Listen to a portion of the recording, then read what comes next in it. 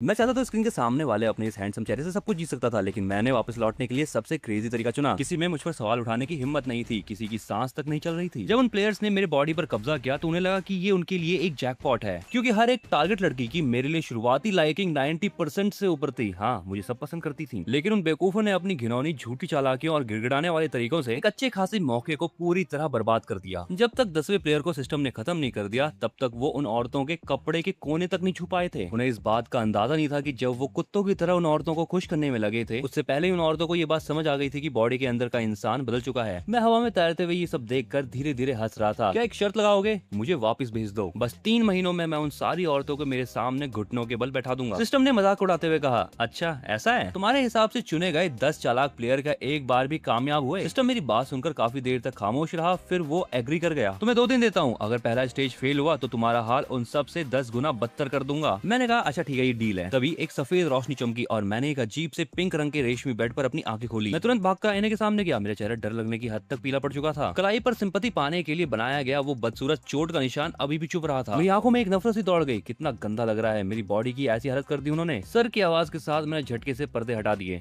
और तेज धूप ने पल भर में मेरे कमरे को रोशनी से भर दिया। अब वक्त आ गया है कि मैं अपना सब कुछ वापस लूं। तभी बटलर ने दरवाजा खोला और अंदर आया। वो बस बोलने ही वाला था, बड़े साहब, घर के मालिक ने आपको बुलाया है। मैंने बिना सोचे उस सस्ते कागज के तारों से भरी कांच की बोतल को एक झटके में जमीन पर गिरा दिया। कांच के टुकड़े और वो सस्ते कागज के तारे पूरे जमीन पर बिखर गए। सच कहूं तो वो कचरा था जिसे पिछले प्लेयर ने पूरे 1 महीने की मेहनत से तैयार किया था, ताकि वो उसे ले जाकर उस लड़की को खुश कर सके। मेरा तो उस पर देखने का भी मन नहीं था। मैं उन कागज के टुकड़ों को लात मारते हुए सीढ़ियों से नीचे उतरा। डाइनिंग रूम का माहौल ऐसा था कि किसी का भी दम घुट जाए। मेरे पापा फांग फू फाइनेंशियल रिपोर्ट देख रहे थे और उन्होंने अपना सिर तक नहीं उठाया। अपने इस बेटे से जो न सिर्फ रास्ते से भटक गया था, बल्कि पूरे शहर का मजाक बन चुका था, वो उससे पूरी तरह निराश हो चुके थे। तुम्हारी काली करतूतें पूरे शहर में फैल चुकी है। आज से मॉरिस एकेडमी जाने की जरूरत नहीं है। अब और खानदान की नाक मत कटवाओ। मैंने कुर्सी खींची और बैठ गया। मेरी आवाज उनकी आवाज से ज्यादा ठंडी और भारी थी।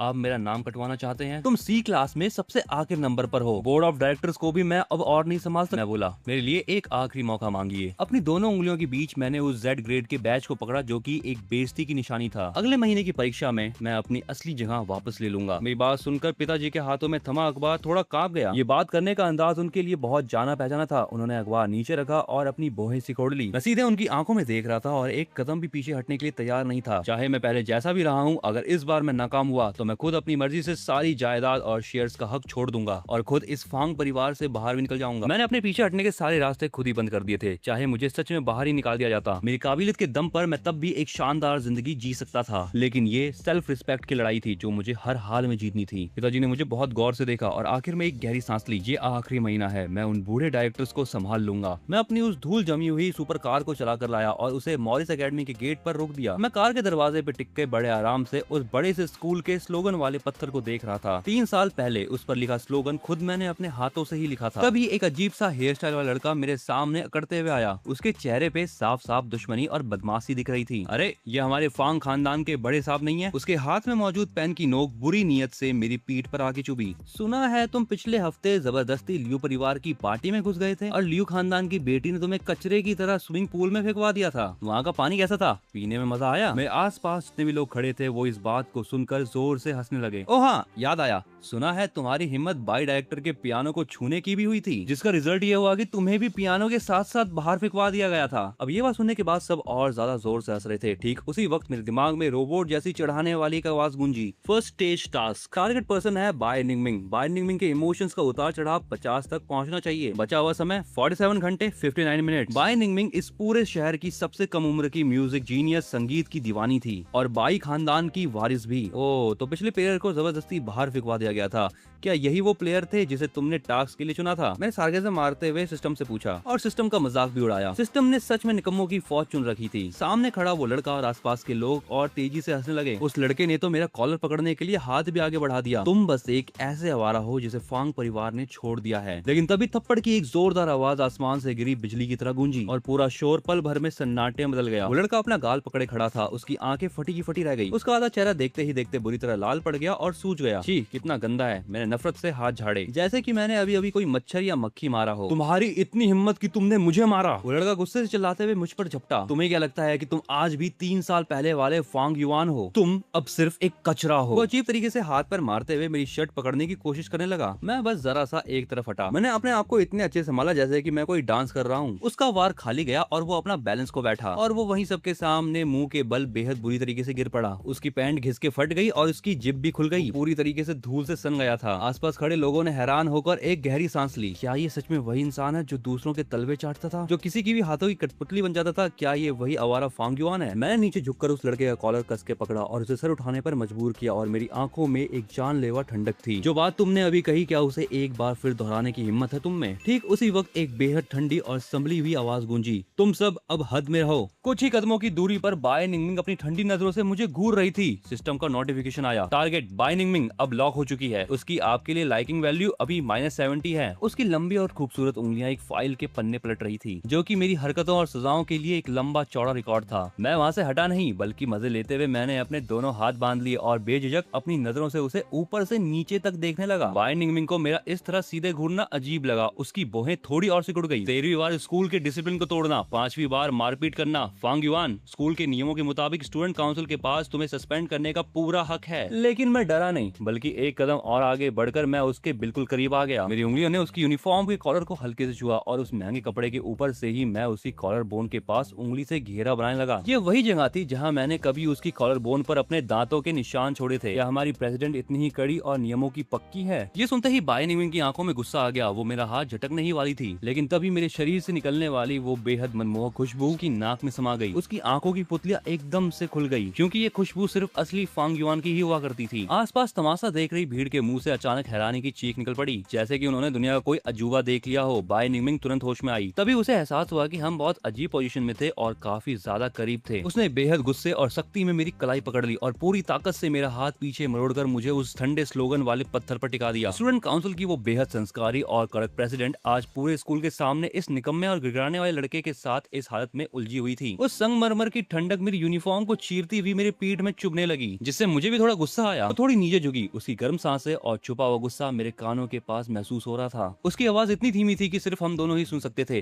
तुम्हारी कोई औकात नहीं है कि तुम इस खुशबू का परफ्यूम इस्तेमाल करो। चलो जाओ, भागो यहाँ से अपने क्लास सी में। अगर दोबारा तुम्हारी कोई गलती मेरे हाथ लगी तो मैं खुद तुम्हें इस मॉरिस एकेडमी से धक्के मारकर बाहर निकालूंगी। सिस्टम की वो बकवास रोबोटिक आवाज फिर से मजे लेते हुए गूंजी। बाय निंगमिंग की लाइकिंग वैल्यू अब -80 हो चुकी है, लेकिन मेरे होठों पर एक हल्की सी मुस्कान आ गई। ये वैल्यू जितनी खराब और माइनस में होगी उतना ही अच्छा है। इस चीज से साफ पता चलता था कि उसे उन नकली प्लेयर से कितनी नफरत हो चुकी थी। अब जैसे ही मैंने क्लास सी का दरवाजा धक्का मारकर खोला, वहाँ चल रहा सारा शोर एक झटके में शांत हो गया। साफ था कि बाहर जो कुछ भी हुआ उसकी खबर पूरे स्कूल में फैल चुकी थी। उन सब की नजरों में मेरे लिए ताने, नफरत और एक अजीब सा शक छुपा हुआ था। मैंने उनकी तरफ ध्यान न देते हुए सीधे कोने में मौजूद अपनी उस धूल से सनी हुई पुरानी सीट की तरफ कदम बढ़ा दिया। तभी एक सुनहरे बालों वाली लड़की ने अजीब से लहजे में ताना मारा, इतना स्टाइल क्या मार रहे हो? आखिर हो तो तुम एक बेकार कचरा ही जो जल्द ही यहाँ से लात खाकर निकलने वाला है। ये लड़की सी क्लास की मॉनिटर लियान शिन थी और सुबह जिस लड़की की मैंने पिटाई की थी वो उसकी सबसे बड़ी चमची थी। समय पर वो अपने दोस्त का बदला लेने के लिए उतावली हो रही थी। मेरे कदम रुक गए। मैं धीरे से पीछे घूमा। मेरे चेहरे का वो बेफिक्र अंदाज गायब हो चुका था और उसकी जगह एक डरा देने वाली ठंडक आ गई थी। मेरी आवाज ज्यादा तेज नहीं थी, लेकिन वो किसी ठंडे खंजर की तरह हर किसी के कानों में चुभ रही थी। तुम बहुत बकवास करती हो। लियान शिन का दिल मेरी उस नजर को देखकर जोर से धड़क उठा और पल भर में उसकी पीठ पसीने से भीग गई, लेकिन वो मानने को तैयार नहीं थी। उसे लगा कि वो एक निकम्मे लड़के से कैसे डर सकती है। उसने अपने डर को छुपाने के लिए और ऊंची आवाज में चिल्लाकर कहा, क्या मैंने कुछ गलत कहा? तुम पूरे दिन एक कुत्ते की तरह अमीर घर की लड़कियों के आगे पीछे पूंछ हिलाते रहते हो। दूसरों की नजरों में तुम्हारी औकात एक जोकर से ज्यादा नहीं है। हवा को चीरती हुई एक बेहद तेज और पैनी आवाज गूंजी और लियान शिन की चीखती हुई आवाज वहीं के वहीं टिक गई। उसके कुछ बाल कटते हुए जमीन पर गिरे। उसने कांपते हुए अपनी गर्दन घुमाकर देखा। एक फाउंटेन पेन उसके कान के पास मौजूद दीवार में गहराई तक धंसा हुआ था। वो दीवार के अंदर काफी अंदर तक जा चुका था और उसकी कनपट्टी से आधे इंच की दूरी पर था। पूरी क्लास में सन्नाटा छा गया, लेकिन मैं तब तक आराम से अपनी सीट पर बैठ चुका था और बेहद बेफिक्री से अपने हाथ में एक दूसरा पेन घुमा रहा था। मेरे होठों पर एक कमाल की मुस्कान थी। मैंने नजरें उठाई और धीरे से मुस्कुराते हुए कहा, माफ करना, हाथ फिसल गया था। पूरी क्लास के होश उड़ गए। लियान शिन का चेहरा पूरी तरह सफेद पड़ गया था। उसके पैर कांप रहे थे और उसके गले से एक अटकी हुई और दबी हुई आवाज निकली, कोई बात नहीं फांग। ठीक उसी वक्त क्लास का पीरियड शुरू होने का घंटा बज गया, जिसने एक तरीके से उस लड़की की जान बचा ली। ये पीरियड फाइनेंशियल इन्वेस्टमेंट का था और पोडियम पर इस फील्ड के सबसे बड़े और बुजुर्ग प्रोफेसर खड़े थे। प्रोफेसर ने टेबल थपथपाई और कहा, सब लोग अपना होमवर्क आगे बढ़ाओ। मैंने अपनी भौहें सिकोड़ी और धूल भरे बैग में से मुड़ा तोड़ा कागज का पन्ना निकाला। ये एक बेहद पेचीदा और मुश्किल इंटरनेशनल बिजनेस डील की एक एनालिसिस रिपोर्ट थी, लेकिन इसकी बैकग्राउंड काफी मजेदार थी। इस होमवर्क का संबंध शैंग परिवार से था। प्रोफेसर होमवर्क इकट्ठा करते हुए लगातार अपना सिर हिला रहे थे और निराश हो रहे थे। ये सी क्लास के लोग सिर्फ फालतू की आशिकी और शायरी जैसी चीजें लिखते हैं। ये सीधे सीधे फाइनेंस सब्जेक्ट की बेइज्जती है। By the way, homework student council की प्रेसिडेंट सांग सिंची के कहने पे दिया गया था ताकि शांग परिवार जो अफ्रीका में एक बड़ी डील करने जा रहा है उसमें कुछ मदद मिल सके। सांग सिंची गिने चुने उन जीनियस लोगों में से थी जिसे प्रोफेसर ने देखा था। रही बात पहले नंबर की जीनियस की, तो प्रोफेसर की वो उदास और उलझी हुई नजर सीधे कोने में बैठे हुए मुझ पर आ टिक गई। जो इस समय पर पेन से कुछ लिख रहा था, वो लड़का जिसने बस 15 साल की उम्र में डूबते हुए फांग परिवार को दोबारा खड़ा कर दिया था, एक असली बिजनेस जीनियस, यानी कि असली फांग युआन, यानी कि मैं। प्रोफेसर अब मेरे पास आए और रुक गए। उनकी आवाज में गहरी निराशा और दुख था। क्या इस बार भी तुम्हारा होमवर्क जमा करने का कोई इरादा नहीं है? मैंने अपना सिर नहीं उठाया। मेरा पेन उस मुश्किल और उलझी हुई रिपोर्ट पर बेहद तेजी से चल रहा था। मैं सिर्फ उस सवाल का जवाब नहीं लिख रहा था, बल्कि मैं शांग परिवार के बेहद चालाकी से बुने गए चार और प्लान के परकच्चे उड़ा रहा था। प्रोफेसर को लगा कि मैं उनकी बात को नजरअंदाज कर रहा हूँ और उन्हें गुस्सा आने वाला था कि तभी अचानक उनकी नजर मेरे टेबल पर पड़े उस पन्ने पर गई। अगले ही पल वो पूरी तरह शॉक्ड रह गए। मेरे पेन ने आखिरी और एक बेहद सटीक लाइन खींची और इंक उस पन्ने पर फैल गई। मैंने अपनी 2 उंगलियों से उस कागज को पकड़ा और हल्के से आगे बढ़ा दिया, जैसे कोई कचरा फेंक रहा हो, और उसे सीधा प्रोफेसर के सामने रख दिया। प्रोफेसर ने नीचे देखा और उनकी आंखें फटी की फटी रह गई। उस कागज पर इतने सारे मुश्किल और सटीक फॉर्मूले लिखे हुए थे जो सीधे उस बिजनेस डील की सबसे बड़ी और छुपी हुई कमजोरी की तरफ इशारा कर रहे हैं। और मैंने न सिर्फ उसे ढूंढ निकाला, बल्कि उसके बगल में रेड पेन से बड़ी घमंड में एक नोट भी लिख दिया, शॉर्ट सेलिंग करो। एक भी कदम की गलती हुई तो भारी नुकसान होगा, और अगर सही दाद लगा तो मुनाफा 300% से भी ज्यादा होगा। ये कोई मामूली होमवर्क या असाइनमेंट नहीं था, ये सीधी सीधे एक खुली चुनौती और धमकी भरा नोट था। अगर मैं इस प्लान के मुताबिक शांग परिवार की उस डील में दखल देता तो शांग परिवार को ऐसा नुकसान होता जिसका अंदाजा भी नहीं लगाया जा सकता था। प्रोफेसर के हाथ बिना किसी कंट्रोल के बुरी तरह कांप रहे थे। वो कागज उनके हाथ में खड़खड़ा रहा था। उन्होंने झटके से अपना सिर उठाया और मुझे इस तरह देखने लगे जैसे वो किसी इंसान को नहीं बल्कि किसी भूत या मॉन्स्टर को देख रहे हो।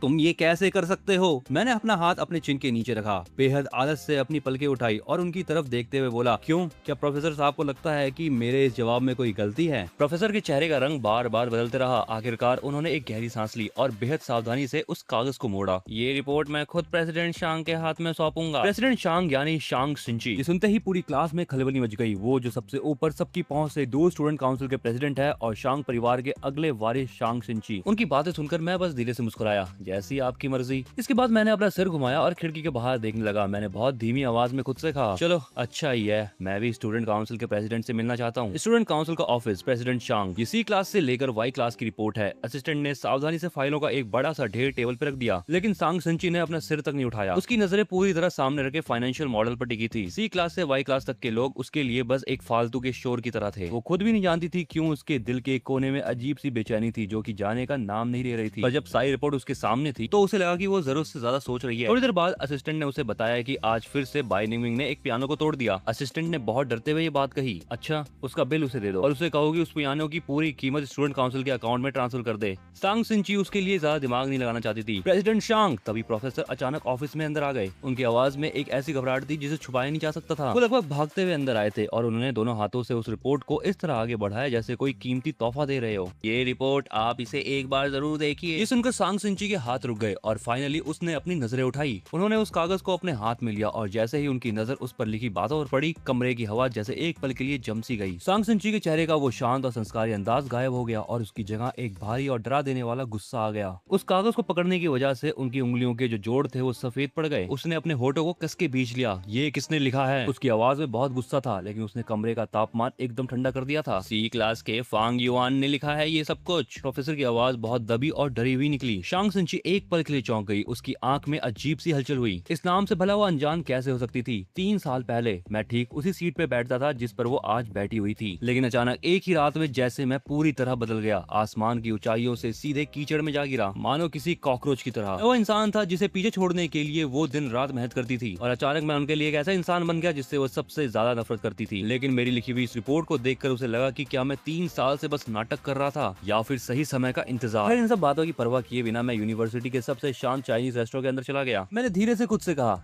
यहाँ का माहौल बिल्कुल शांत है, जैसा मुझे चाहिए था ठीक वैसा है। मैं विंडो के किनारे वाले एक सीट पे जाके बैठ गया। खिड़की से आती हुई धूप मेरे चेहरे पे एक कमाल की चमक बिखेर रही थी। मैंने आराम से हल्का फुल्का खाना ऑर्डर कर दिया, एक हाथ से अपनी चिन को सहारा दिया और बेफिक्री से खिड़की के बाहर बने गार्डन को देखने लगा। लियू साहिबा, तभी एक लड़के की अजीब सी मीठी आवाज गूंजी जिसने वहाँ का सन्नाटा तोड़ दिया। ये सुनकर मैंने अपनी नजरें थोड़ी सी घुमाई। मुझसे कुछ ही दूरी पर लियू रुआन बैठी थी। वो लियू परिवार की वो वारिस थी जिसने मुझे कभी स्विमिंग पूल में फिकवाया था। वो यहाँ पर एक लड़के के साथ आके बैठ रही थी। लियू साहिबा, क्या आज रात आप मेरे साथ वक्त बिताएंगी? उस लड़की की आवाज में एक अजीब सा खिंचाव और चापलूसी थी। लियू रुआन के होठों पर एक बेफिक्र और ठंडी मुस्कान थी। उसने बस ऊपर ऊपर से उस लड़के की पीठ थपथपाई। बात मानो, मुझे कुछ काम है। वो लड़का थोड़ा सा चिढ़ गया और जिद करते हुए बोला, लियू साहिबा, आप हमेशा ऐसा ही करती हैं, है ना? क्या आपके दिल में मेरे सिवा कोई और है? उसने अपनी बातों ही बातों में इशारा करते हुए खिड़की के पास बैठे मेरे उस शांत और बेफिक्र अंदाज की तरफ देखा। मैं सुना है कि फांग खानदान के बड़े साहब का बर्ताव आज कुछ बदला है और उनके तौर तरीके काफी खतरनाक हो गए हैं। कहीं ये सब फिर से आपका ध्यान खींचने के लिए तो नहीं? या हो सकता है कि उसका कोई नाटक हो? लियू रुआन ने आखिरकार अपनी झुकी हुई नजरें धीरे से उठाई और उस लड़के के देखने की दिशा में खिड़की के पास बैठी मेरी उस शख्सियत को अपनी नजरों में कैद कर लिया। सूरज की रोशनी मेरे चेहरे को चमका रही थी। मेरी पलकें झुकी हुई थी, जैसा मेरा इस दुनिया से कोई लेना देना ही ना हो। मेरी आंखों में ना तो कोई दीवानगी थी और ना ही कोई चापलूसी। उसमें बस एक एटीट्यूड था जो कि सामने वाले को चुभ रहा था। लियू रुआन ने एक हल्की सी हंसी निकाली जिसमें साफ साफ नफरत और मजाक उड़ाने का अंदाज था। वो उसकी नजरें मेरी तरफ टिक गई, जैसे कोई शिकारी अपने शिकार की कीमत लगा रहा हो। उसकी इतनी औकात। उसकी आवाज ज्यादा ऊंची नहीं थी, लेकिन उस शांत रेस्टोरेंट में सबको साफ साफ सुनाई दे रहा था। आसपास बैठे और भी लोग अब मेरी तरफ ही देखने लगे थे। उस जैसे इंसान की तरफ अगर मैं एक नजर भी देख लूं तो मुझे घिन आती है। तब जाकर मैंने बहुत धीरे से अपना सिर उसकी तरफ घुमाया। मेरे चेहरे पर इस बेइज्जती का ना तो कोई गुस्सा था और ना ही कोई शर्मिंदगी, बल्कि मैं तो और आराम से अपनी कुर्सी पर टिक के बैठ गया था। मेरी उन ठंडी और बेफिक्र आंखों में एक अजीब सा परखने का अंदाज था। मैंने बिना किसी जल्दबाजी के ऊपर से नीचे तक लियू रुआन को सर से लेकर पैरों तक बहुत गौर से देखा। मेरी वो नजर ऐसी थी जैसे मैं किसी बेहद घटिया और रद्दी चीज की कीमत आंक रहा हूँ। मैंने अपने होठ खोले और बस एक शब्द कहा, गंदगी। ये सुनते ही रेस्टोरेंट में बैठे जितने भी लोग थे उन सब की सांसें थम गई। लियू रुआन के चेहरे पे जो मजे लेने वाली मुस्कान थी वो वहीं के वहीं जम गई। फांग युआन, वो इंसान जो कभी उसके पीछे एक कुत्ते की तरह पूंछ हिलाता था, वही फांग युआन आज सबके सामने ऐसी नजरों से और ऐसे लहजे में उसकी बेइज्जती करने की हिम्मत कर रहा था। उसकी इतनी हिम्मत की उसने मुझे गंदगी कहा। फांग युआन! लियू रुआन ने गुस्से में अपने पास बैठे उस लड़के को झटके से दूर धकेला। वो अपनी सीट से खड़ी हो गई और कुछ ही कदमों में तेजी से चलकर मेरी टेबल के पास आ खड़ी हुई। गुस्से से सीधे मेरे आंखों में झांकने लगी, जैसे वो मेरे अंदर वो पुरानी दीवानगी, डर या घबराहट ढूंढने की कोशिश कर रही हो। लेकिन अब जब लियू रुआन मेरे सामने आई तो उसका सामना मेरी उन आंखों से हुआ जो पूरी दुनिया को नजरअंदाज करती थी, जिनमें उसके लिए हल्की सी नफरत और ऊपर से नीचे तक देखने वाली दया थी। लियू रुआन गुस्से में पागल होकर हंसने लगी, लेकिन उस हंसी में एक ऐसी ठंडक थी जो हड्डियों तक को कपा दे। नाटक तो तुम बहुत अच्छा कर लेते हो, उसने अपनी आवाज को बहुत धीमा करते हुए कहा। तुम्हें क्या लग रहा है इस तरह का एटीट्यूड दिखाकर तुम मुझे अपनी तरफ खींच लोगे? ये सब तुम्हारे मुझे फंसाने के नए पैतरे है ना? वो झटके से मेरे और करीब आ गई। उसकी गर्म सांसें सीधे मेरे चेहरे को महसूस हो रही थी। उसकी आवाज में पूरी तरह घमंड और मुझे नीचा दिखाने का जिद था। चाहे मैं कितनी भी गंदी क्यों ना हूँ, लेकिन इस जिंदगी में मैं तुम्हें कभी भी छूना पसंद नहीं करूंगी। मुझे जानकर बड़ी खुशी हुई। मैंने सीधे लियू रुआन की आंखों में देखा और बेइज्जती कर दी उसकी। मेरी नजरों में हलचल या डर नहीं था। अगर लियू साहिबा को कोई और काम ना हो तो अब मुझे अपना खाना खाना है। देखो ठंडा हो रहा है। लियू रुआन और ज्यादा गुस्सा हो गई और उसने गहरी सांस ली और तेजी से पलट के रेस्टोरेंट के दरवाजे की तरफ बड़े बड़े कदम बढ़ाते हुए चली गई। ये छोटा सा तमाशा अब शांत हो चुका था। मैंने अपने टेबल पे सजे उस खाने की तरफ देखा और बड़े आराम से बैठ गया। लेकिन तभी सिस्टम की आवाज आती है, टास्क रिमाइंडर, बचा हुआ समय 44 घंटे 32 मिनट। वो आवाज मुझे याद दिला रही थी कि मेरा काम अभी अधूरा है और ये वक्त आराम से खाने का नहीं है मेरे लिए। खैर मैंने उस आवाज को पूरी तरह अनसुना कर दिया और बड़े आराम से अपने कटोरे में रखे सूप को चम्मच से मिलाने लगा। दोपहर के बाद की जो क्लास थी वो मेरे लिए इतनी आसान थी जैसे सांस लेना। ये वो फील्ड थी जिसमें मैं 15 साल की उम्र से पहले से ही एक्सपर्ट बन चुका था। ये जो बीच के 3 साल खाली बीत गए थे वो सिर्फ मेरी काबिलियत पे जमी धूल की तरह थे जो अब हट चुकी थी। मैंने अपनी चिन पे हाथ रखा और बेफिक्री से खिड़की के बाहर देखने लगा। मेरे दूसरे हाथ की उंगलियों से मैं बड़े सलीके से पेन को हवा में घुमा रहा था। तभी क्लास खत्म होने का घंटा बजा और छाती पर स्टूडेंट काउंसिल का बैच लगाए हुए एक जूनियर मेंबर पूरी क्लास के सामने डरते हुए अंदर आया। वो सीधे कोने में मेरी सीट की तरफ बढ़ा। Student Fang Yuan. उसकी आवाज में काम के सिलसिले वाली इज्जत तो थी, लेकिन वो अपनी आंखों का डर छुपा नहीं पा रहा था। प्रेसिडेंट शांग ने आपको अपने ऑफिस में बातचीत के लिए बुलाया है। मैंने बहुत धीरे से अपनी नजरें उठाई और आने वाले लड़के को बस एक नजर से देखा। मेरी आवाज बहुत शांत थी। जाकर शांग से इन चीजें कह दो, अगर वो मुझसे मिलना चाहती जानती है तो खुद चल के यहाँ आए। ये सुनते ही पूरी क्लास सी में सन्नाटा पसर गया। बस आधे ही दिन के अंदर मैंने अपने एटीट्यूड से सबकी ऐसी की तैसी कर रखी थी। अब किसी में मुझ पर सवाल उठाने की हिम्मत नहीं थी, किसी की सांस तक नहीं चल रही थी। शाम के वक्त मैं स्कूल के गेट पर खड़ी अपनी उस सिंपल सी गाड़ी की तरफ बढ़ा। कार के पास फांग परिवार के सबसे पुराने और खास मैनेजर चेन खड़े थे। उन्होंने आगे बढ़कर मुझे एक साफ तौलिया दिया। छोटे साहब अपने हाथ साफ कर लीजिए, मालिक और छोटी साहिबा फांग श्याओ दोनों ही मेन विला में आपका इंतजार कर रहे हैं। फांग श्याओ ये नाम मैनेजर चेन ने बहुत साफ साफ और दबा कर लिया था। सुनते ही मेरी उंगलियों की हलचल एक पल के लिए रुकी, जिसे कोई देख भी नहीं सकता था। मैंने बहुत धीरे से खुद को कहा, फांग श्याओ, वही जो मॉरिस एकेडमी की सबसे होनहार स्टूडेंट रह चुकी है। इन 3 सालों में जब मैं यहाँ नहीं था, वो धीरे धीरे मेरी जगह लेने वाली मेरी दूर की चचेरी बहन है। अब कार फांग परिवार के उस आलीशान और बड़े विला के गेट के अंदर आ गई। पूरा हॉल रोशनी से जगमगा रहा था, लेकिन वहाँ का माहौल बहुत भारी और तनाव से भरा था। पिताजी फांग फू सोफे पर बैठे थे, बोहें बुरी तरह सिगड़ी हुई थी। खानदान के कई बड़े डायरेक्टर्स दोनों तरफ की सीटों पर बैठे थे और उनकी नजरों में मेरे लिए बस शक था। लेकिन जो मेरा ध्यान सबसे ज्यादा खींच रही थी वो थी पिताजी के बगल में खड़ी लड़की फांग श्याओ। वो काफी लंबी थी और उसने बहुत सुंदर सी ग्रे रंग की एक फॉर्मल ड्रेस पहन रखी थी, जो कि उसकी पर्सनैलिटी को बहुत ज्यादा निखार रही थी। इस समय उसकी नजर बिना किसी हलचल के मेरी तरफ टिक गई। आ गए तुम। पिताजी की भारी आवाज ने उस चुभने वाले सन्नाटे को तोड़ा। उनकी आवाज में थकावट और एक अजीब सा शक साफ महसूस हो रहा था। इस पूरे माहौल को देखकर मेरे होठों पर एक हल्की सी मुस्कान आ गई। मैंने बड़े आराम से हॉल में बैठे सभी लोगों को देखा और आखिर में अपनी नजरें फांग श्याओ के उस खूबसूरत लेकिन बर्फ जैसे ठंडे चेहरे पर टिका दी। क्या आप सब मेरा इंतजार कर रहे थे? फांग श्याओ ने अपना चश्मा ठीक किया। बोर्ड ऑफ डायरेक्टर्स के फैसले के मुताबिक पिताजी ने बहुत भारी आवाज में कहना शुरू किया, आज से फांग श्याओ अस्थायी रूप से बिजनेस और खानदान में तुम्हारे सारे हक और जिम्मेदारियां संभालेगी। उन्होंने मेरी तरफ देखा। उनकी आंखों में एक ऐसी बेबसी और भारीपन था जिसे छुपाना मुश्किल था। इस खानदान के मुखिया होने के नाते पूरे परिवार के फायदे के सामने उन्हें अपने खुद के रिश्तों और भावनाओं को पीछे छोड़ना ही पड़ा था। तुम्हारी इन 3 सालों की आवारागर्दी और गलतियों की वजह से तुमने इस घर में अपनी बात रखने का हक बहुत पहले ही खो दिया था। अब से ठीक 1 महीने बाद अगर तुम मॉरिस एकेडमी के मंथली एग्जाम में टॉप 3 में नहीं आ पाए तो फांग श्याओ परमानेंटली हमारा सारा बिजनेस अपने हाथ में ले लेगी। हाल ही में तुमने जो कई बार नियम तोड़े हैं और वहाँ पर जो तमाशा किया है उसकी पूरी रिपोर्ट डायरेक्टर्स के पास पहुंच चुकी है। पिताजी ने तुम्हारे लिए जो 1 महीने का वक्त मांगा है वो सिर्फ इस कंडीशन पे है कि तुम अपनी हद में रहो और कोई नया तमाशा ना करो। उसकी आवाज में अभी भी ठहराव और शांति थी। पूरे हॉल में बिल्कुल सन्नाटा छा गया। सारे डायरेक्टर्स एक दूसरे को देखने लगे और पिताजी चुपचाप बैठे रहे। मैं बस शांति से सब देख रहा था, लेकिन थोड़ी देर बाद बस मेरी आंखों में गुस्सा उबल रहा था। लेकिन तभी अचानक मैं धीरे से हंस पड़ा। मेरी वो हंसी उस शांत हॉल में बहुत साफ और सामने वालों के कानों में चुभने वाली थी। अस्थायी रूप से संभालेगी। मैंने मजे लेते हुए उनके शब्दों को दोबारा दोहराया। मेरे लहजे में उसके लिए साफ साफ मजाक और नफरत थी। जो चीजें मेरी है उन्हें कोई दूसरा छुए ये मुझे बिल्कुल पसंद नहीं आता। इस 1 महीने के अंदर अगर तुम्हारी हिम्मत मेरी किसी भी चीज पर हाथ डालने की हुई या तुमने पीठ पीछे कोई भी गंदा खेल खेला तो मैं अपने हाथों से ही तुम्हारी ऐसी तैसी कर दूंगा। मेरी ये बात सुनते ही फांग श्याओ की आंखें एक पल के लिए सिकुड़ गई, लेकिन उस कड़क और परफेक्ट दिखने वाले चेहरे पर अभी भी कोई हलचल या घबराहट नहीं थी। उसने अपने जबड़े को कस लिया। उसकी आवाज अभी भी वैसी ही ठंडी थी, संभली हुई और बिना किसी डर के। उसने कहा, मेरी जिम्मेदारी सिर्फ फांग परिवार के फायदे की रक्षा करना है, बस इतना ही। ये सुनकर मैंने वहाँ मौजूद किसी भी इंसान की तरफ दोबारा नहीं देखा और तेजी से पलटकर वहाँ से बाहर निकल गया।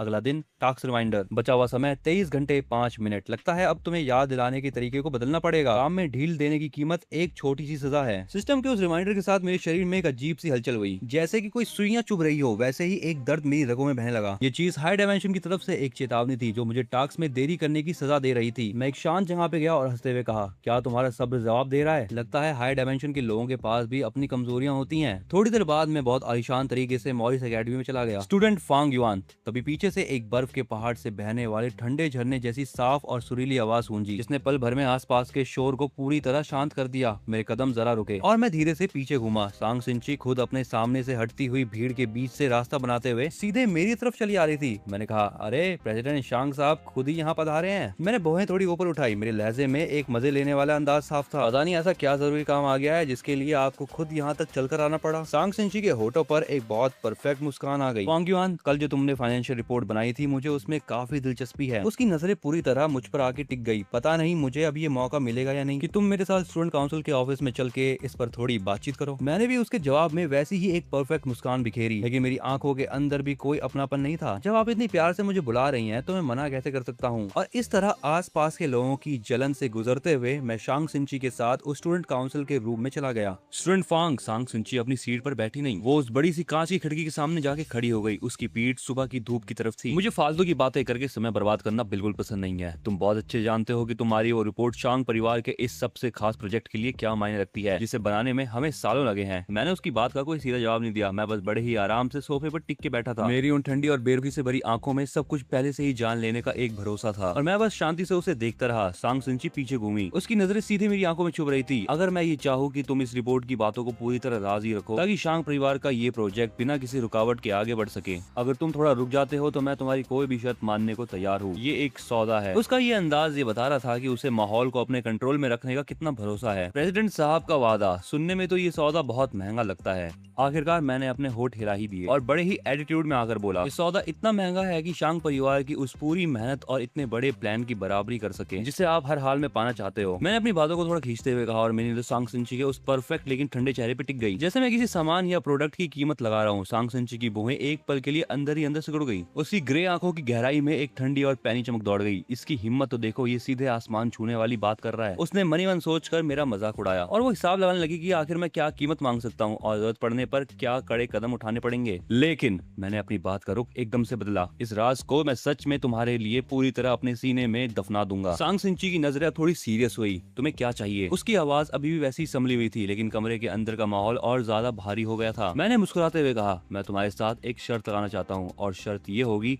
कि अगले महीने के एग्जाम में पूरे कॉलेज में पहले नंबर रैंक 1 पर कौन आता है। मैं थोड़ा सा रुका ताकि मैं सांग सिंची की आंखों में एक पल के लिए आने वाली उस हैरानी के मजे ले सकूं और फिर मैंने अपनी बात का सबसे बड़ा और भारी पत्ता सामने फेंक दिया। रही बात इस शर्त की बाजी की, अगर तुम हार गई तो ये स्टूडेंट काउंसिल के प्रेसिडेंट की कुर्सी मेरी होगी। मेरी नजरें बिना किसी डर के उसके ऊपर टिक गई। मैं बेझिझक उसकी उस बेहद खूबसूरत गर्दन के हिस्से से लेकर उसकी कॉलर बोन तक अपनी नजर घुमा रहा था और इसी के साथ ही तुम्हें मेरा गुलाम बनना होगा। मेरी ये बात सुनते ही अचानक एक बेहद गहरी और कभी न दमने वाली नफरत का एहसास किसी जहरीले बैल की तरह सांग सिंची के दिलो दिमाग पे छा गया। अच्छा, तो बात आखिरकार घूम फिर के यहाँ तक आ गई है। तुम्हारा ये दमदार कमबैक, ये टैलेंट, ये धमकी, इन सब का आखिरी मकसद अभी भी बस मुझसे तुम्हारी गुलामी करवाना चाहता है। तुम्हारी ये ख्वाहिश ही बेकार है। उसकी आंखें पल भर में बर्फ जैसी ठंडी और तीखी हो गई, लेकिन उसने अपनी विल पावर के दम पे उस नफरत और गुस्से को अंदर ही दबा लिया। सिस्टम अलर्ट, टारगेट सांग सिंची की लाइकिंग अफेक्शन गिरकर -50% हो चुकी है। मेरे दिमाग में सिस्टम की चेतावनी साफ साफ गूंजी, लेकिन मेरे चेहरे की मुस्कान जरा भी कम नहीं हुई। उल्टा वो और भी ज्यादा गहरी और कातिलाना हो गई। मुझे उसकी इस नफरत से कोई फर्क नहीं पड़ता था और ना ही उसके इस गुस्से से। मैं बस बड़े ही आराम से सोफे पर पीछे की तरफ झुक गया और अब मेरी नजरें किसी खरीदार की तरह थी जिसमें सिर्फ एक चीज को परखने का अंदाज था, जैसे कोई किसी सामान की वैल्यू देख रहा हो। अब बड़े आराम से मैंने एक बार फिर से सांग सिंची को सर से लेकर पांव तक अच्छी तरह अपनी नजरों से नापा। मेरी लंबी उंगलियों के बीच फंसा पेन हवा में धीरे धीरे उसके चेहरे का नक्शा सा बना रहा था। अब मैंने बहुत धीमी आवाज में खुद से कहा, ये बहुत कमाल की गुलाम बनेगी। मैं इससे बहुत खुश था और बात सिर्फ इतनी सी थी कि सांग सिंची मेरी नजरों के मायने बहुत अच्छे से समझ रही थी। ये कोई प्यार नहीं था, ना कोई दीवानगी थी, बल्कि ये एक बेहद क्रूर और ठंडे दिमाग से किया गया और सोचा समझा चाल थी। मुझे बस उसे अंदर से बेइज्जती महसूस करानी थी। पूरे ऑफिस में एक भयानक सन्नाटा पसरा हुआ था। सिर्फ हम दोनों की नजरें एक दूसरे से टकरा रही थी, जैसे हवा में कोई अनदेखी चिंगारी सुलगा रहा हो। काफी देर बाद सांग सिंची ने आखिरकार बहुत धीमे से अपने होठ खोले। उसकी आवाज भारी और शांत थी, लेकिन ऐसा लग रहा था जैसे वो किसी जमी हुई झील की गहराई से निकल कर आ रही हो जिसमें चुभने वाली ठंडक थी। मंजूर है। उसने मेरी शर्त मान ली थी और हाँ भी कर दी थी। उसका ये एटीट्यूड उसकी रग रग में बसे उस भरोसे से आता था। वो हर किसी को कुचल सकती थी। उसका अल्टीमेट सेल्फ कॉन्फिडेंस। तुम जीत नहीं सकते, भले ही तुम्हारा खोया हुआ टैलेंट अचानक जाग गया हो, लेकिन इन 3 सालों में जो खाई हमारे बीच बनी है उसे तुम महज इस आधे महीने में पार नहीं कर सकते। मेरी समझ की जो आखिरी ऊंचाई है वो उसकी नजरों में रास्ते में पड़े एक मामूली पत्थर से ज्यादा कुछ नहीं थी। उसने मुझसे कहा, रही बात उन अफवाहों की कि तुम 3 साल से अपनी ताकत छुपा रहे थे, तो मैं तुम्हारी इस बकवास पर बिल्कुल यकीन नहीं करती। जरा पिछले 3 सालों को याद करो। तुम कॉलेज के गेट पर हाथ में कागज के सस्ते सितारे लिए ल्यू रुआन का इंतजार करते थे। तुम बड़ी बड़ी पार्टियों में ल्यू सुआन के पीछे भागते थे और सिक्योरिटी गार्ड तुम्हें घसीट कर बाहर फेंक देते थे। तुम बाय निंगमिंग की एक मामूली सी नजर पाने के लिए अपनी बेइज्जती भी करवाने लगते थे। इन 3 सालों में तुमने ना अपनी इज्जत मिट्टी में लाई है, बल्कि पूरे फांग परिवार के बिजनेस के आगे बढ़ाने के सारे रास्ते बंद कर दिए हैं। इतनी बड़ी और भारी कीमत चुकाना सिर्फ एक कमबैक के नाटक के लिए। ये बात पूरी बेतुकी और बकवास थी जिसमें नुकसान के सिवा कुछ नहीं था। और अगर तुम हार गए तो? सांग सिंची की आवाज में एक कड़ा और आखिरी फैसला सुनाने जैसा अंदाज था। उसकी आंखें चील की तरह मुझ पर पूरी तरह लॉक हो चुकी थी, जैसे किसी शिकारी की नजर अपने शिकार पर होती है। ये सुनकर मेरे पतले होठों पर एक गहरी मुस्कान आ गई, जैसे मैंने अंजाम पहले से ही देख लिया हो। मैं ये मान लूंगा कि फाइनेंशियल रिपोर्ट कभी थी ही नहीं और मैं शांग परिवार के इस बड़े बिजनेस प्रोजेक्ट में कभी दखल नहीं दूंगा। मैं थोड़ा सा रुका और अपनी बात की रफ्तार थोड़ी धीमी की, जिसमें सब कुछ दाव पर लगा देने का जुनून था। और इसके साथ ही मैं अपनी मर्जी से हमेशा के लिए मॉरिस एकेडमी को छोड़ दूंगा और इस शहर के 8 बड़े रईस खानदानों की वारिसों की लिस्ट से मैं अपना नाम भी हटा लूंगा। नहीं। सांग सिंची का शरीर थोड़ा सा आगे की तरफ झुका, अपने दोनों हाथ टेबल पे जोर से टिकाए। उसकी आवाज बेहद भारी और धीमी थी। मुझे चाहिए कि तुम मॉरिस एकेडमी के बीचों बीच बने उस कॉलेज मैनिफेस्टो पिलर के नीचे घुटनों केवल बैठो और पूरे कॉलेज के प्रोफेसर्स और स्टूडेंट्स के सामने अपने मुंह से ये कबूल करो कि तुम पिछले 3 सालों से कितने बेवकूफ घटिया इंसान रहे हो और जो जो तुमने मुझसे बात कही कि तुम मुझे अपना गुलाम बनाना चाहते हो, वो बात कितनी घिनौनी थी। और इसके बाद हमेशा के लिए इस मॉइस एकेडमी से दफा हो जाओ, इस पूरे शहर से निकल जाओ और अपने पूरी जिंदगी कभी दोबारा यहाँ कदम मत रखना। सिर्फ ऐसी भयानक शर्त ही उसे उस बेइज्जती और अपमान से राहत दिला सकती थी जो मेरी नजरों ने उसे दी थी। मैंने बड़े ही शांत होकर उसे देखा। मेरी आंखों में डर का एक कतरा तक नहीं था। मेरा वो पीला सा चेहरा इस गजब के रोमांच की वजह से अजीब तरीके से लाल हो गया था। आखिरकार मेरे होठों से बस एक शब्द निकला, ठीक है। शर्त अब पक्की हो चुकी थी। हम दोनों के बीच एक अनदेखा और कड़ा कॉन्ट्रैक्ट साइन हो चुका था। तभी दिमाग में फिर से सिस्टम की आवाज गूंजी, ऐसा लगता है कि आप बहुत ज्यादा एक्साइटेड हैं, लेकिन मेरे एनालिसिस और कैलकुलेशन के मुताबिक आपके पास उसे जीतने का कोई पक्का मौका यानी 100% चांस नहीं है। तभी तो असली मजा आएगा, है कि नहीं? मुझे बिना किसी रोमांच और मजे की शर्त पसंद नहीं है। सिस्टम टास्क रिमाइंडर, बचा हुआ समय 15 घंटे 43 मिनट। दोपहर के वक्त जब कॉलेज की छुट्टी होने वाली थी तो वो किसी भूत की तरह ठंडी और डरावनी आवाज में दिमाग में दोबारा गूंजी, और उस आवाज के साथ ही मेरे बदन में पहले से भी कई ज्यादा दर्द उठा। मैं सिर उठाकर क्लास की दीवार पर लगी घड़ी को देखा। छुट्टी होने के बाद अब सिर्फ 30 मिनट बचे थे। अगर कॉलेज का ये वक्त हाथ से निकल गया और मुझे इस टास्क को पूरा करने के लिए लुओ परिवार के घर जाना पड़ा तो वहाँ घुसकर इसे करना वाकई आसान नहीं होने वाला। मॉइस एकेडमी का east wing music piano room. कमरे की हवा में रेजिन, पुरानी म्यूजिकल शीट और गुलाब के एसेंस ऑयल की एक अजीब सी मिलीजुली खुशबू थी। लुओ सुआओ, मेरे सारे टारगेट में सबसे मुश्किल और जिसे समझना नामुमकिन हो ऐसी लड़की, एक ऐसी कड़क आर्टिस्ट जिसने अपने तन मन को पूरी तरह इन म्यूजिकल नोट्स के हवाले कर दिया हो। वहाँ पियानो के पास एक लंबा और खूबसूरत साया रोशनी और अंधेरे के बिल्कुल बीचों बीच खड़ा था। लुओ सुआओ ने अपना सिर थोड़ा नीचे झुकाया हुआ था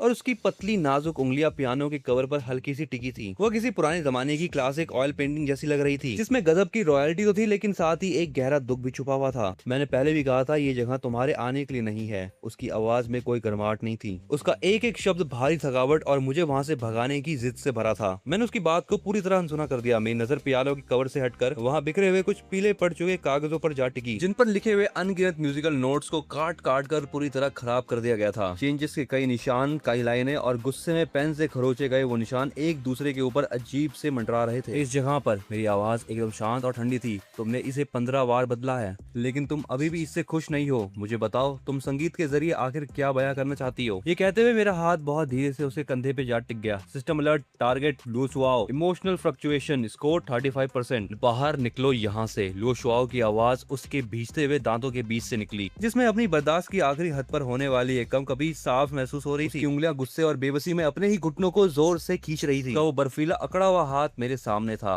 म्यूजिक कभी झूठ नहीं बोलता लुओ सुआओ। मेरी आवाज किसी लवर की फुसफुसाहट की तरह बेहद धीमी और मीठी थी, जिसमें उसकी रूह के पार देख लेने का एक जादू था। चलो मुझे अंदाजा लगाने दो कि तुम्हारी इस धुन के अंदर आखिरकार क्या बह रहा है। मेरी उंगलियां उसकी कांपती हुई कलाई के पल्स पर जाके रुक गई, जहां मैं उसकी बेकाबू और बुरी तरह भागती हुई धड़कनों को महसूस कर सकता था। ये एक डर है। मेरी आवाज बहुत हल्की थी लेकिन उसके कानों पर किसी भारी हथौड़े की तरह लगी। ये गुस्सा और पागलपन है। मेरी उंगलियों ने उसकी नब्ज पर दबाव थोड़ा और बढ़ा दिया। ये हड्डियों तक में बसी हुई एक गहरी नफरत है। इन आखिरी दो शब्दों को मैंने बिल्कुल उसके बर्फीले कान के पास जाकर अपनी सांसों को छोड़ते हुए कहा। लुओ सुआओ का पूरा बदन इस बात को सुनते ही पूरी तरह कांप उठा। उसने झटके से अपने हाथ को पीछे खींचना चाहा, लेकिन मेरी उंगलियों ने, जो कि ऊपर से देखने में बहुत नरम लग रही थी लेकिन अंदर से बहुत मजबूत थी, उसकी नब्ज को अपनी जगह पर जोर से जकड़ रखा था। नहीं, ऐसा बिल्कुल नहीं है। उसने अपनी फटी और भारी आवाज में इस बात को झुठलाने की कोशिश की। उसकी आवाज पूरी तरह टूट चुकी थी और वो अपनी आखिरी उम्मीद के खोने की एक दर्द भरी चीख जैसी लग रही थी। तुम इस पियानो से नफरत करती हो, तुम इस कमबख्त म्यूजिकल नोट से नफरत करती हो और तुम दुनिया की नजरों में बनी उस महान और चमचमाते हुई म्यूजिक जीनियस लुओ सुआओ से भी उतनी ही नफरत करती हो। मेरी नजरें उसकी कांपती हुई बीट के पार देख रही थी, क्योंकि मेरी आवाज अचानक से बेहद साफ और कड़क हो गई, जिसमें सब कुछ खत्म कर देने वाली एक क्रूरता थी। तुम्हारी माँ, वही जिन्हें इस सदी का सबसे महान पियानिस्ट कहा जाता है, उनकी वजह से ही तुमने इस संगीत की दुनिया में अपना कदम रखा था और उन्हीं के नाम के बदौलत तुम्हारे सिर पर ये जीनियस की बेटी का ताज सजाया गया था। मेरी उंगलियों के नीचे उसकी नब्ज एक पल के लिए बिल्कुल थम सी गई और अगले ही पल वो पहले से भी कई ज्यादा पागलों की तरह भागने लगी। लेकिन उन्हीं की वजह से तुम इस पियानो से मिलने वाली हर एक बेड़ी और उसकी परछाई से उतनी ही नफरत भी करने लगी। इसीलिए तुम इसे अपनी पूरी जिंदगी में कभी पूरा नहीं कर पाओगी। मेरी नजरें दोबारा से उस महंगे पियानो पर बिखरे हुए कागजों के मलबे पे जा टिकी और मेरी आवाज में तरस से भरा हुआ एक गहरा मजाक था। इस धुन को जिसे तुमने उनकी आत्मा के लिए बनाना शुरू किया था, मेरी बात पूरी हो पाती कि उसने मुझे चुप रहने के लिए कह दिया। सिस्टम अलर्ट, टारगेट लुओ सुआओ का इमोशनल फ्लक्चुएशन अपने पीक पर पहुंच चुका है। 85%। टास्क पूरा हुआ। लुओ सुआओ की दर्द भरी चीख और दिमाग में बजने वाले सिस्टम की वो रोबोटिक आवाज एक साथ गूंजी। तो आखिरकार मेरा अंदाजा सही निकला। ये गहरा दर्द और तड़प भी तो दिलो दिमाग की एक बहुत बड़ी हलचल ही है। मैंने नीचे बैठी हुई लुओ सुआओ की तरफ देखा। मेरी आंखों में अभी भी वही ऊपर से नीचे देखने वाला बेरुखा और ठंडा अंदाज था। मेरा हाथ आगे बढ़ा और मैंने पियानो के कवर पर रखी उन म्यूजिकल शीट को एक झटके में अपने हाथ में दबोच लिया। नहीं, लुओ सुआओ की आंखों की पुतलियां पल भर में फैल गई, क्योंकि वो कागज का टुकड़ा ही उसकी जिंदगी की आखिरी उम्मीद था, जिसके सहारे सहारे वो खुद को इस नर्क से आजाद करने की कोशिश कर रही थी। मैंने उस कागज को फाड़ दिया जिसमें उसकी बेबसी और खुद को बचाने की वो आखिरी धुंधली सी उम्मीद लिखी थी। वो सब कुछ मेरे हाथों के एक ही झटके में हवा में तैरते हुए अनगिनत छोटे टुकड़ों में बिखर गया। कागज के वो फटे हुए टुकड़े हवा में लहराते हुए उस चमकते हुए पियानो के कवर पर गिरने लगे और वहाँ बिछे महंगे कारपेट पर भी बिखर गए। समय जैसे इस एक पल के लिए पूरी तरह थम सा गया था। चारों तरफ सन्नाटा था। लुओ सुआओ का मुंह पूरी तरह खुला खुला रह गया, लेकिन उसके गले से अब एक भी लफ्ज नहीं निकल पा रहा था। लुओ सुआओ की नजरें पूरी तरह मेरी उंगलियों के बीच फंसे उस आखिरी फटे हुए टुकड़े पर टिक गई जिस पर अनगिनत बार काटा गया वो म्यूजिकल सिंबल बना था। वो टुकड़े किसी मरती हुई बेबस पतंग की तरह उसे सूने नजरों से देख रहा था। अब बताओ, मेरी आवाज बर्फ की तरह ठंडी थी। क्या तुम्हारा दिल नहीं कर रहा कि तुम मेरे टुकड़े टुकड़े कर दो ताकि तुम अपनी इस म्यूजिक शीट का बदला ले सको? दफा हो जाओ। लुओ सुआओ के भींचे हुए दांतों के बीच से एक फटी हुई आवाज निकली। अगर मैं एक कदम और आगे बढ़ता तो मुझे पता था कि वो मेरी ऐसी तैसी जरूर कर देती। मैंने अपनी नजरें नीचे की, उंगलियों पर लगे कागज के बारीक टुकड़ों को बेफिक्री से झाड़ा और लुओ सुआओ के पास से गुजरता हुआ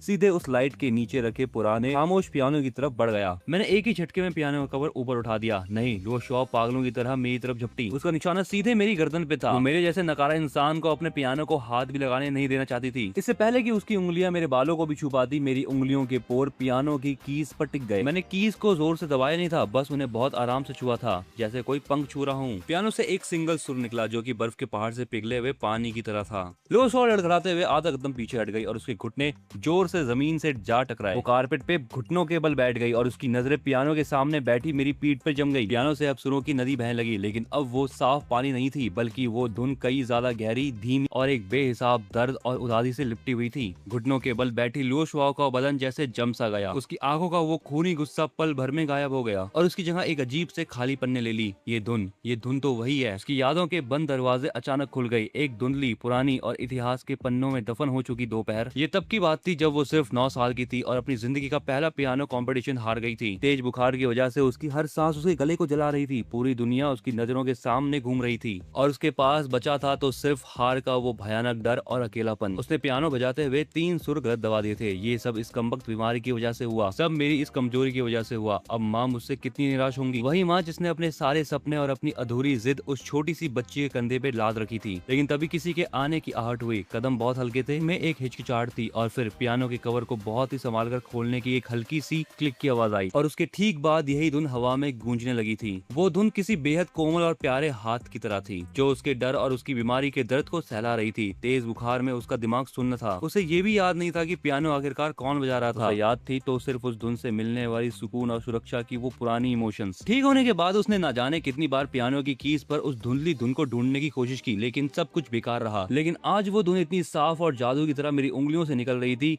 ये जो धुन है, मेरी आवाज शांत थी। ये तुम्हारी माँ ने उस आखिरी शर्त से ठीक पहले लिखी थी जब से उसने होश संभाला था। उसकी माँ इस पूरे महाद्वीप की सबसे चमकती हुई सितारा थी, लेकिन जब वो बस 7 साल की थी तो उसकी माँ एक बहुत बड़ा चैलेंज हार गई और उस चैलेंज को हारने के बाद उसने संगीत की दुनिया को अलविदा कह दिया। और उसी के बाद से उसकी माँ पत्थर दिल और सनकी हो गई और उन्होंने अपने सारे अधूरे सपनों को एक भारी बेड़ी बनाकर उस मासूम बच्ची के कंधों पर लाद दिया। दिन गुजरते गए, साल बीतते गए। वो पियानो उसके लिए एक टॉर्चर टूल बन गया था। उसका टैलेंट उसके लिए एक श्राप बन गया था। वो तो बस अपनी माँ के सपनों को पूरा करने वाली एक मशीन बनकर रह गई। इसका मतलब ये था कि उसकी माँ ने कभी भी उसे असली रूप से प्यार भी नहीं किया था, जो हार सकती थी, जो बीमार हो सकती थी और जो डर भी सकती थी। लुओ सुआओ के सब्र का बांध टूटा और उसकी आंखों से आंसू बह निकले। आंसुओं की बड़ी बड़ी बूंदें जमीन पर गिरने लगी और पल भर में उसके नीचे बिछा वो महंगा सा कारपेट भी भीग गया। सिस्टम अलर्ट, टारगेट लुओ सुआओ का इमोशनल फ्लक्चुएशन स्कोर 97%। ये देखकर मैं बिना कुछ कहे चुपचाप मुड़ा और कमरे से बाहर जाने लगा। रुको, पीछे से लुओ सुआओ की कांपती हुई आवाज आई। मैं बिना रुके चलता रहा और मैंने पीछे मुड़ के नहीं देखा। मुझे उम्मीद है कि तुम मुझे वो धुन जरूर सुनाओगी। मेरा लहजा बिल्कुल सीधा था और उसमें कोई इमोशन नहीं था, लेकिन उसमें एक ऐसा अंदाज था जिसे टाला नहीं जा सकता था। वो धुन जिसे तुम खुद अपनी मर्जी से बनाओगी, तुम्हारी अपनी असली धुन। टास्क काफी अच्छे से पूरा हुआ, तारीफ के लिए शुक्रिया। होठों पे मुस्कान आ गई, लेकिन मेरी आंखों में कोई खुशी या हंसी नहीं थी। मैंने बहुत धीमी आवाज में खुद से कहा, इस तरह सिस्टम द्वारा अपनी गर्दन पर तलवार लटकते महसूस करना वाकई बहुत बकवास एहसास है। इस टास्क के इनाम के तौर पर आप मुझसे कोई भी एक मदद मांग सकते हैं, जैसे कि आपके आने वाले मंथली एग्जाम में चीटिंग कराना। सिस्टम की वो रोबोटिक आवाज बिल्कुल स्पष्ट थी, लेकिन उसके शब्दों के पीछे जो साफ साफ सार्केज्म छुपा था वो सीधे मेरे दिमाग पे जाके लग गया। इसकी कोई जरूरत नहीं है। मेरी होठों की मुस्कान और गहरी हो गई और मेरी आंखों की गहराई में सब कुछ कुचल देने वाला एक बेरुखा आत्मविश्वास था। लेकिन एक चीज में मुझे तुम्हारी मदद जरूर चाहिए। मेरी कलाई पर बने इस भद्दे निशान को हमेशा के लिए मिटा दो। मैंने अपनी कलाई ऊपर उठाई और अपने बाएं हाथ की उंगली से दाएं हाथ के उस जख्म को धीरे से छुआ। वो निशान जिसे मिटाने के लिए न जाने कितनी महंगी दवाइयों का इस्तेमाल किया गया था, अब काफी धुंधला पड़ चुका था। मुझे ये निशान आंखों में चुभता था। दूसरे प्लेयर्स की वजह से मेरे शरीर पे जो निशान पड़े थे मैं उसको एक एक करके मिटा देना चाहता था। तभी मेरी कलाई पर एक हल्की सी गर्माहट महसूस हुई और वो कांटों जैसा दिखने वाला स्कार धीरे धीरे हवा में गायब हो गया। Student council office. सांग सिंची अपनी बड़ी सी ऑफिशियल टेबल के पीछे बड़ी रौब से बैठी थी और वो अपनी उंगलियों को बिना सोचे समझे टेबल पे थपथपा रही थी। वो टक टक की आवाज साफ बता रही थी कि उसका दिमाग अंदर से उतना शांत नहीं है जितना वो ऊपर से दिखा रही थी। तभी वो बोली, फांग युआन का सस्पेंशन और पनिशमेंट रिकॉर्ड जरा निकाल कर मेरे सामने लाओ। टेबल से कुछ ही दूरी पर खड़ी बाय निंगमिंग तभी विजिलेंस डिपार्टमेंट की एक नई साइन की हुई फाइल को समेट कर रख रही थी। सांग सिंची की बात सुनते ही उसके हाथ एक पल के लिए बहुत मामूली सी ठिठके। उसने बहुत धीरे से अपना सिर ऊपर उठाया।